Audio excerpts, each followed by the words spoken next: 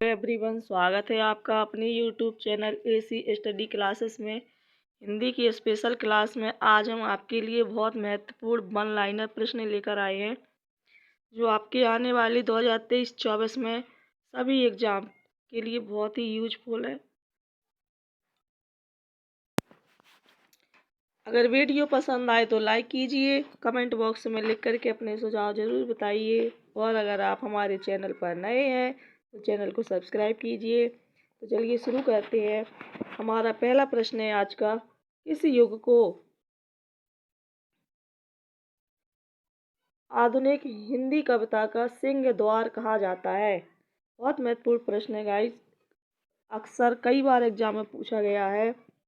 इसका भारतेंदु युग, भारतेंदु युग को आधुनिक हिंदी कविता का सिंहद्वार कहा जाता है।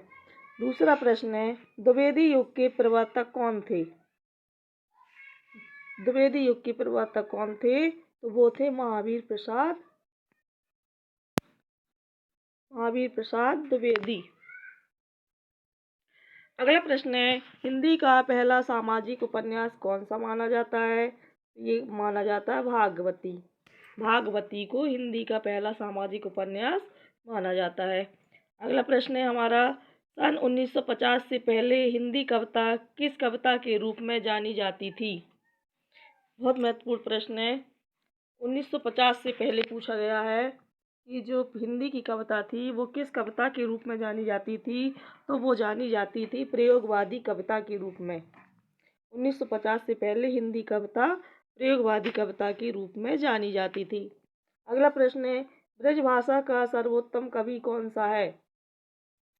तो ब्रजभाषा का सर्वोत्तम कवि सूरदास को माना जाता है। गाइस, जितने भी हम प्रश्न लेकर आते हैं सभी बहुत महत्वपूर्ण प्रश्न है, कि नोट करते चलिए। अगला प्रश्न है,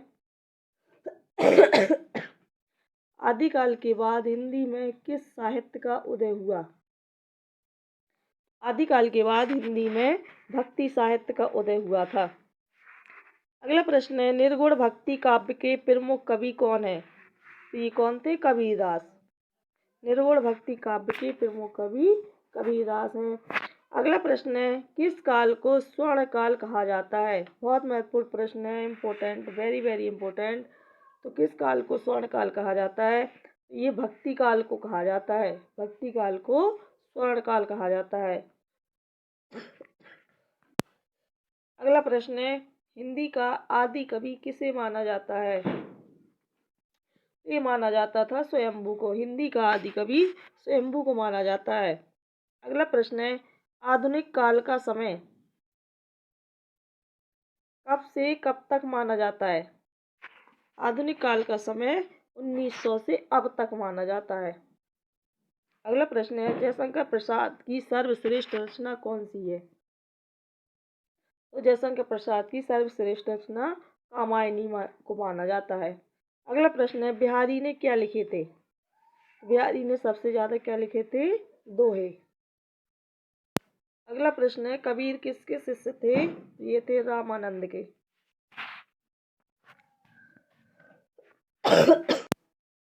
अगला प्रश्न है, पद्मावत महाकाव्य कौन सी भाषा में लिखा गया? तो ये अवधी में लिखा गया। अगला प्रश्न है, चंपू किसे कहा जाता है? तो गद्य और पद्य मिश्रित रचनाओं को चंपू कहा जाता है। अगला प्रश्न है, कलाधर के उपनाम से कविता कौन से कवि लिखते थे? तो ये लिखते थे जयशंकर प्रसाद। अगला प्रश्न है, रस निधि किस कवि का उपनाम है? तो रस निधि किस कवि का उपनाम था? तो ये था पृथ्वी सिंह का। अगला प्रश्न है, प्रेमचंद के अधूरे उपन्यास का नाम क्या है? प्रेमचंद के अधूरे उपन्यास का नाम क्या है? मंगलसूत्र। अगला प्रश्न है, हिंदी का सर्वाधिक नाटककार कौन है? हिंदी का सर्वाधिक नाटककार तो कौन है? जयशंकर प्रसाद।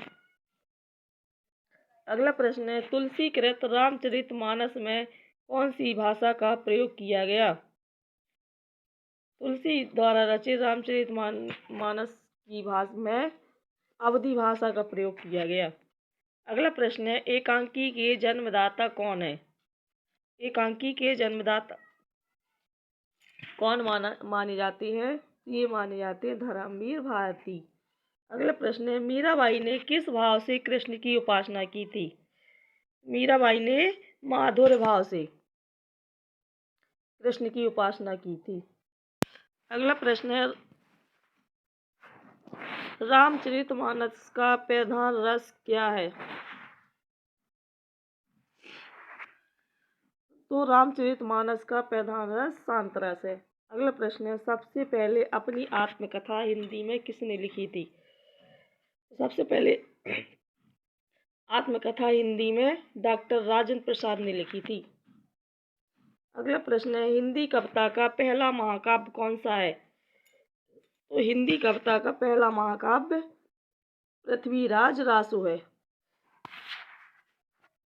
अगला प्रश्न है, हिंदी के सर्वप्रथम प्रकाशित पत्र का नाम क्या है? क्या नाम है? उदंत मार्तंड। अगला प्रश्न है, हिंदी साहित्य की प्रथम कहानी कौन सी है? ये कौन सी है? इंदुमती। इंदुमती हिंदी साहित्य की प्रथम कहानी है। अगला प्रश्न है, आंचलिक रचनाएं किससे संबंधित होती हैं? ये होती है क्षेत्र विशेष से संबंधित होती हैं आंचलिक रचनाएं। अगला प्रश्न है, पृथ्वीराज रासो किस काल की रचना है? ये पृथ्वीराज रासो आदिकाल की रचना है। अगला प्रश्न है, हिंदी गद्य का जन्मदाता किसको माना जाता है? तो हिंदी गद्य का जन्मदाता भारतेंदु हरिश्चंद्र जी को माना जाता है। अगला प्रश्न है, कवि कालिदास की अभिज्ञान शाकुंतलम का हिंदी में अनुवाद किसने किया था? ये किया था राजा लक्ष्मण सिंह ने। अगला प्रश्न है, पद्य साहित्य को कितने भागों में बांटा गया? पद्य साहित्य को 15 भागों में बांटा गया। अगला प्रश्न है, कवि नरेंद्र शर्मा ने राष्ट्रपिता महात्मा गांधी के निधन से प्रभावित होकर कौन सी रचना की? तो कवि नरेंद्र शर्मा ने राष्ट्रपिता महात्मा गांधी के निधन से प्रभावित होकर रक्त चंदन की रचना की थी। इसकी रक्त चंदन की। अगला प्रश्न है, नाट्य शास्त्रकारों के द्वारा अमान्य रस कौन सा है? तो नाट्य शास्त्रकारों के द्वारा अमान्य रस बीभत्स रस है। अगला प्रश्न है, काव्य शास्त्र का प्राचीनतम नाम क्या था? तो काव्य शास्त्र का प्राचीनतम नाम अलंकार शास्त्र था। अगला प्रश्न है, रीति संप्रदाय के संस्थापक कौन थे? तो ये रीति संप्रदाय के संस्थापक आचार्य वामन थे। अगला प्रश्न है, हिंदी में काव्य शास्त्र के प्रथम आचार्य कौन है? तो हिंदी में काव्य शास्त्र के प्रथम आचार्य केशवदास हैं। अगला प्रश्न है, साहित्य शब्द किस शब्द से बना है? तो ये किस शब्द से बना है? ये साहित्य शब्द से बना हुआ है, साहित्य शब्द। अगला प्रश्न है, हिंदी साहित्य में जीवनी साहित्य का प्रारंभ कौन से युग में हुआ था? तो हिंदी साहित्य में जीवनी साहित्य का प्रारंभ भारतेंदु युग में हुआ था। अगला प्रश्न है, हिंदी भाषा और साहित्य के लेखक कौन है? वो थे श्याम सुंदर दास। अगला प्रश्न है, मनुष्य एक सामाजिक प्राणी है, ये किसने कहा था? ये किसने कहा था? मनुष्य एक सामाजिक प्राणी है, अरस्तु ने। अगला प्रश्न है, भाषा किसे कहते हैं? मनुष्य अपने मानसिक विचारों की अभिव्यक्ति के लिए जिस माध्यम का प्रयोग करता है वह भाषा कहलाती है। अगला प्रश्न है, भाषा शब्द की उत्पत्ति कहाँ से हुई? तो भाषा शब्द की उत्पत्ति संस्कृत के भाष धातु से हुई है। अगला प्रश्न है, सामान्य शब्दों में हम भाषा को किस तरह से व्यक्त करेंगे? तो भाषा वह साधन है जिसके द्वारा मनुष्य अपने भावों या विचारों को बोलकर या लिखकर दूसरे मनुष्यों तक पहुंचाता है, वही भाषा कहलाती है। अगला प्रश्न है, भाषा को मोटे रूप में कितने भागों में बांटा गया है? तो भाषा को मोटे रूप में 2 भागों में बांटा गया, एक लिखित भाषा और मौखिक भाषा। अगला प्रश्न है, हिंदी भाषा का संबंध किस लिपि से है? तो ये हिंदी भाषा का संबंध देवनागरी लिपि से। अगला प्रश्न है, बोलने वालों की संख्या की दृष्टि से हिंदी का विश्व में कौन सा स्थान है? तो बोलने वालों की संख्या की दृष्टि से हिंदी का विश्व में तीसरा स्थान है। अगला प्रश्न है, सूरदास के काव्य किस भाषा में है? सूरदास के काव्य सबसे ज्यादा ब्रज भाषा में है। अगला प्रश्न है, संविधान के किस अनुच्छेद में कहा गया है कि संघ की राजभाषा हिंदी और लिपि देवनागरी होगी? तो ये कहा गया है अनुच्छेद में 343वें अनुच्छेद में।